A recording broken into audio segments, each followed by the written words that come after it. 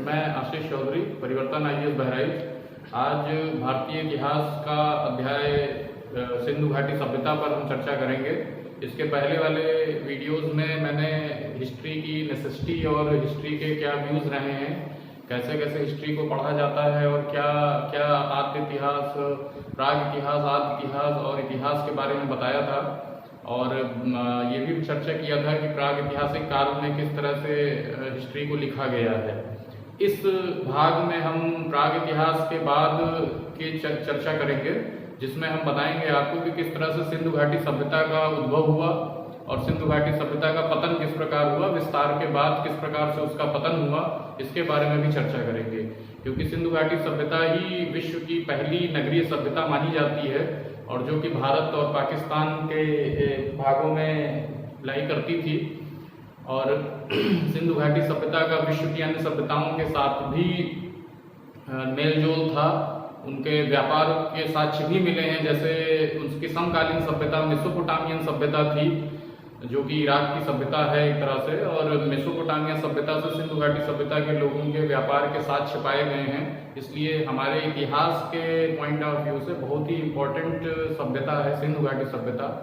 और सभ्यता और संस्कृति के बारे में भी मैंने इसके एक पहले वीडियो में चर्चा की थी इतिहास के, कि सभ्यता और संस्कृतियों में क्या अंतर होता है।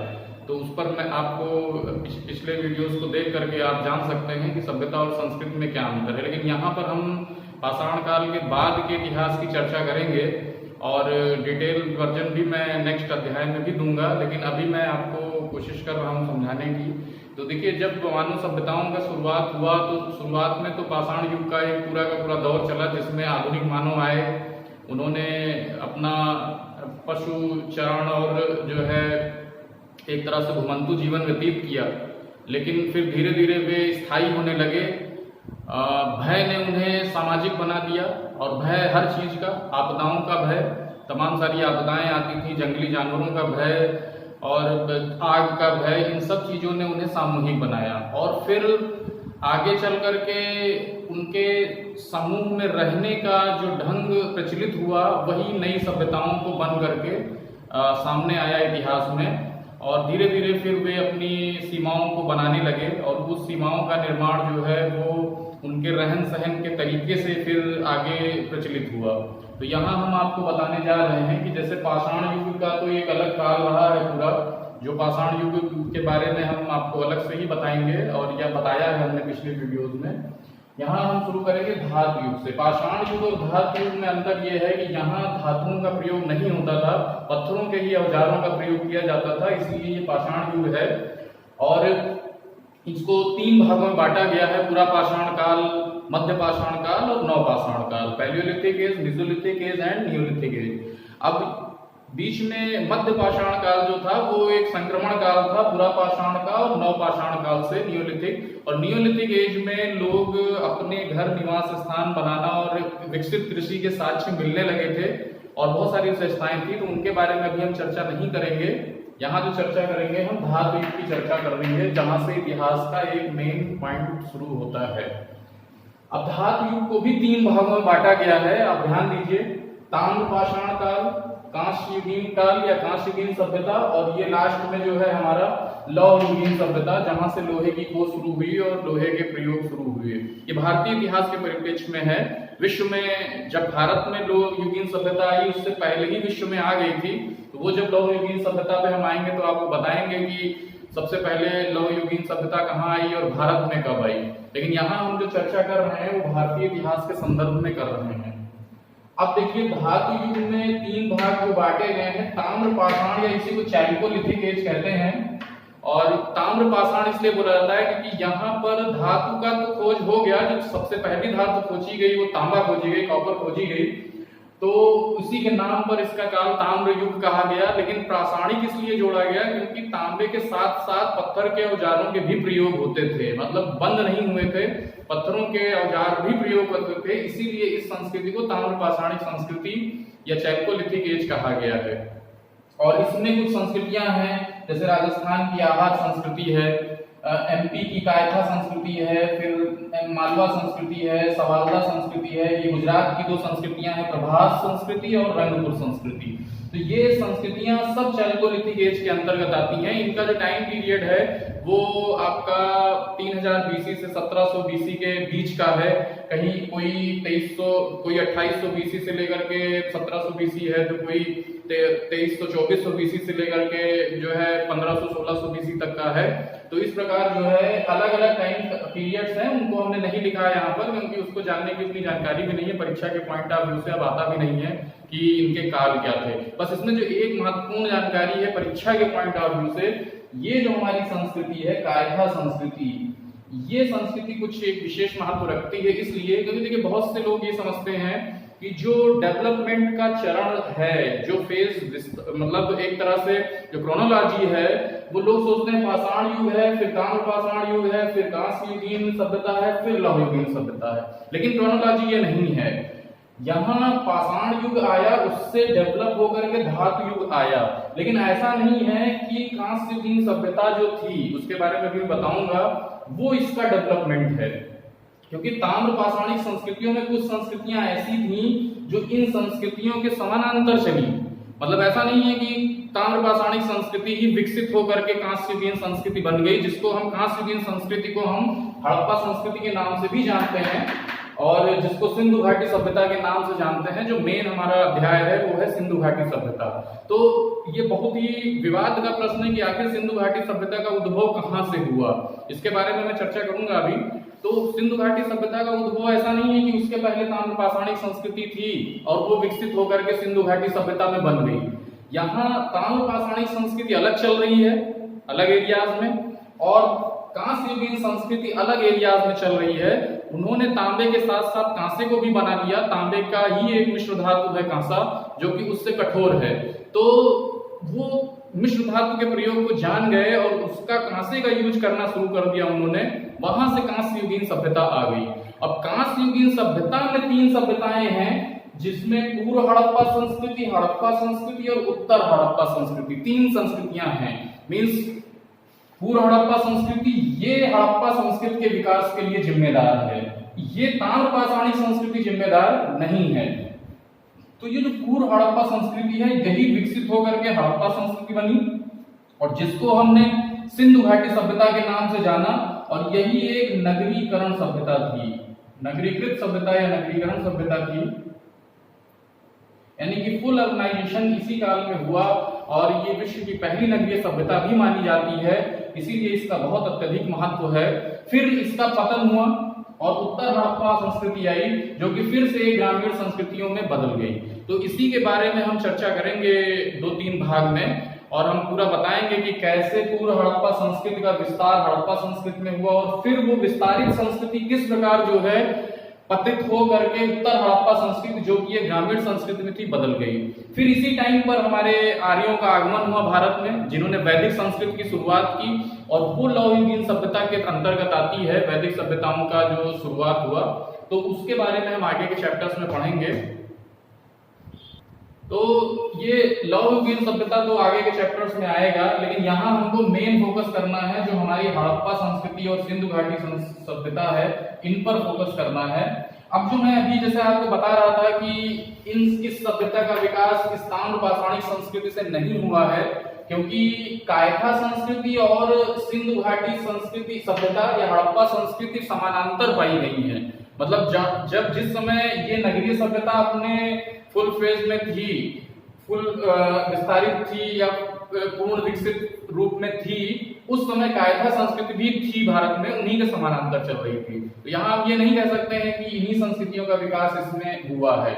इनकी विशेषताएं हैं, मृदभांडों से या जो मिट्टी के बर्तन होते हैं उनसे इन संस्कृतियों को अलग किया गया है, लेकिन उसको हम अभी यहाँ डिटेल वर्जन नहीं बताएंगे क्योंकि वो आजकल एग्जाम के पॉइंट ऑफ व्यू से इंपॉर्टेंट भी नहीं रह गया है, बहुत ज्यादा डीप में हमको जानने की जरूरत भी नहीं है। तो हमारा जो मेन फोकस रहेगा वो कांस्य युगीन संस्कृति या कांस्य युगीन सभ्यता पर रहेगा, जिसको फिर 3 भागों में बांटा गया है।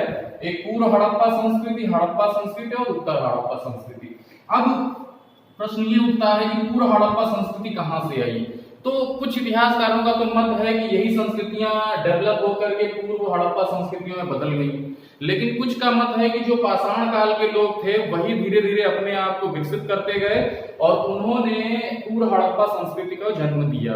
अब इसका जो एरिया है वो आज का जो बलूचिस्तान एरिया है वही पूर्व हड़प्पा संस्कृति का एरिया है, क्योंकि रोंगीलाल थापर जैसे इतिहासकारों ने बताया भी है कि जब अभी मैं उद्भव के बारे में बताऊंगा सिंधु घाटी सभ्यता के, तो उसमें एक इतिहासकार रोंगीलाल थापर जी हैं जिनका एक विशेष मत रहा है कि हड़प्पा सभ्यता का जो विकास हुआ है वो बलूची ग्राम्य संस्कृतियों से हुआ है, और वो बलूची ग्राम्य संस्कृतियां यही हैं पूर्व हड़प्पा संस्कृति। अब बलूची ग्राम्य संस्कृतियों में क्वेटा संस्कृति है, नाल संस्कृति है, जाट संस्कृति है, कुल्ली संस्कृति है, ये सब अलग अलग प्लेसेस हैं जिनके आधार पर इनका नाम दिया गया है, क्वेटा, नाल, जाट, कुल्ली।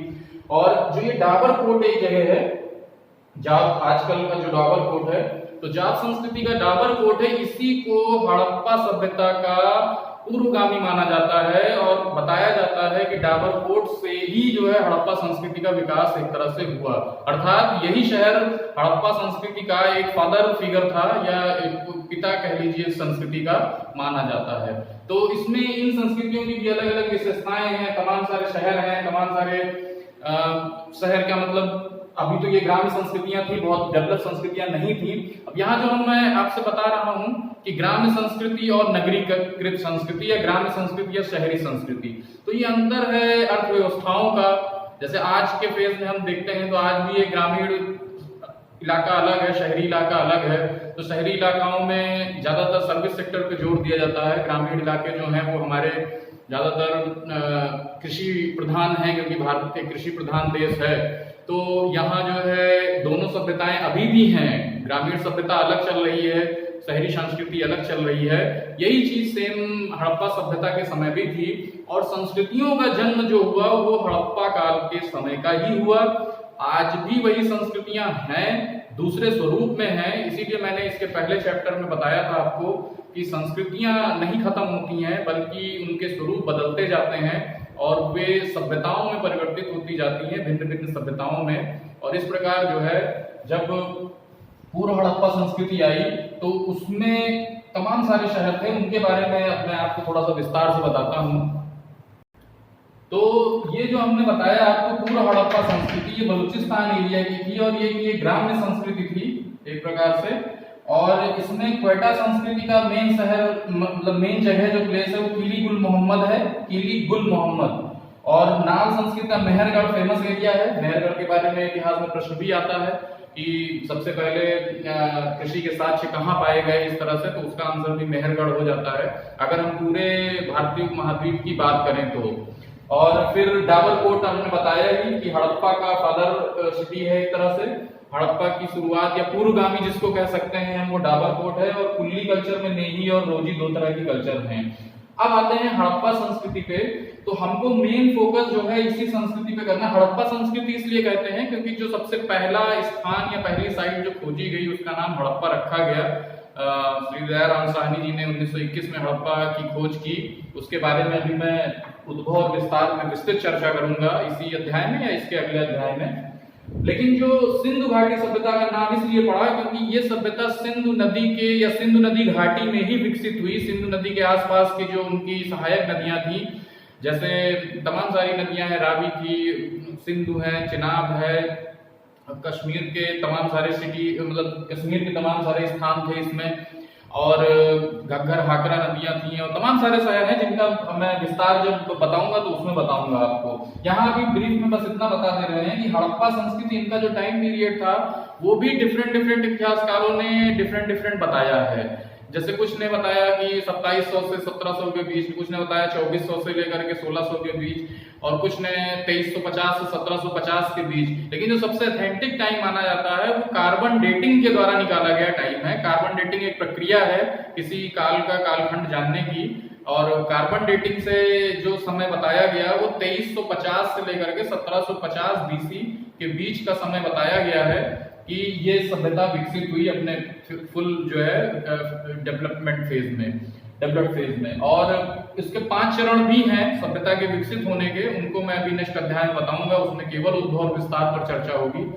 और उसके जो शहर हैं हड़प्पा, मोहनजोदड़ो, लोथल, धौलावीरा, राखीगढ़ी, तमाम सारे शहर आपने सुने भी होंगे, बुक्स में पढ़े भी होंगे, उनकी विशेषताएं हैं। कहीं से कुछ मिला, कहीं से कुछ मिला, कहीं से विशाल स्नानागार मिला, तो कहीं से अन्नगार मिला, कहीं से इन्हीं सब जो साक्ष्य मिले हमको, इन्हीं को पुरातात्विक साक्ष्य बोला गया। क्योंकि देखिए ये एक ऐसा फेज रहा है जहां लिपि पाई गई है, मीन्स लिखित चीजें मिली हैं लेकिन उनका उद्वचन अभी तक नहीं हुआ है। इसीलिए ये जो इतिहास है, यहाँ तो कोई लिखित साक्ष्य मिला ही नहीं, तो इसलिए इसको तो प्राग इतिहास बोला गया, प्री हिस्ट्री है ये। लेकिन इसका जो इतिहास है ये इसको आदि इतिहास की श्रेणी में रखा गया, प्रोटो हिस्ट्री रखा गया, क्योंकि यहाँ लिखित साक्ष्य मिले हैं लेकिन उनका उद्वचन या उनको पढ़ा नहीं जा सका है अभी।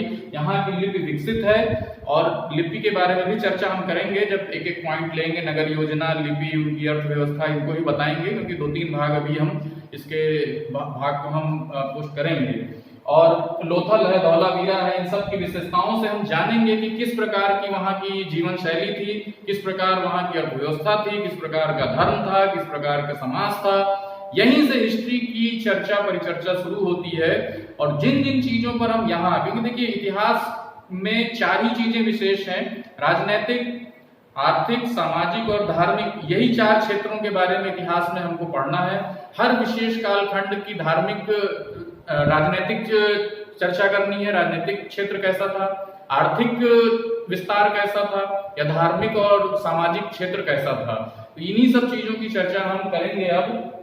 और ये एक प्रकार का आदि इतिहास की श्रेणी में इसको रखा गया, क्योंकि इनके पास लिखित साक्ष्य पाए गए लेकिन उनको हम अभी तक उद्वचित नहीं कर पाए हैं। इसीलिए इनके जो पुरातात्विक साक्ष्य हैं, जो इनके यहाँ मृद्भांड मिले, जो मूर्तियां मिली, जो सिक्के मिले, या जो मोहरें मिली, जो चीजें हमने पुरातात्विक रूप से पाई हैं, आर्कियोलॉजिकल रूप से, उन्हीं से हमने इसकी इतिहास की वर्णन किया है।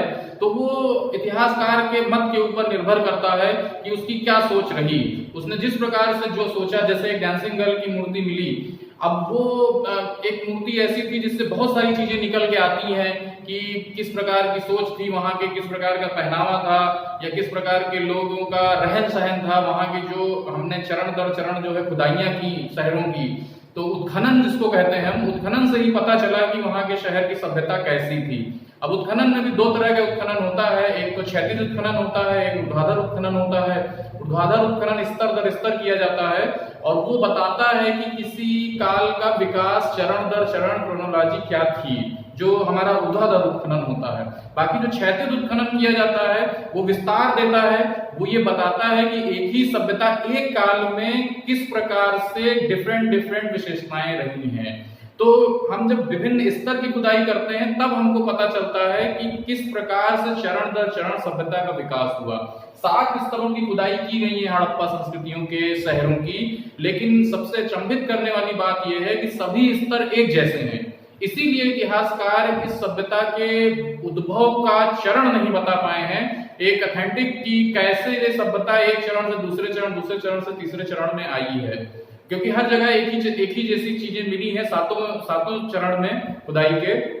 लेकिन विस्तार में डिफरेंट चीजें मिली। जब क्षैतिज विस्तार हुआ तो हम कालखंड में अलगाव तो नहीं बता पाए कि किस कालखंड में क्या था, किस कालखंड में क्या था, लेकिन हाँ कालखंड के अंतर्गत जो है क्या विशेषता रही है, इन पर हमने चर्चा की है, इतिहासकारों ने किया है, और उसको हम इस अध्याय में विस्तार से पढ़ेंगे। बाकी उत्तर हड़प्पा संस्कृति पुनः ग्राम्य संस्कृति बदल गई और उसका पतन कैसे हुआ, इसके भी इतिहासकारों ने बहुत सारे भिन्न मत हैं जिन पर हम चर्चा करेंगे, पतन के बारे में भी। तो अब नेक्स्ट अध्याय में मैं इसका उद्भव और विस्तार और पतन के बारे में बताऊंगा। धन्यवाद।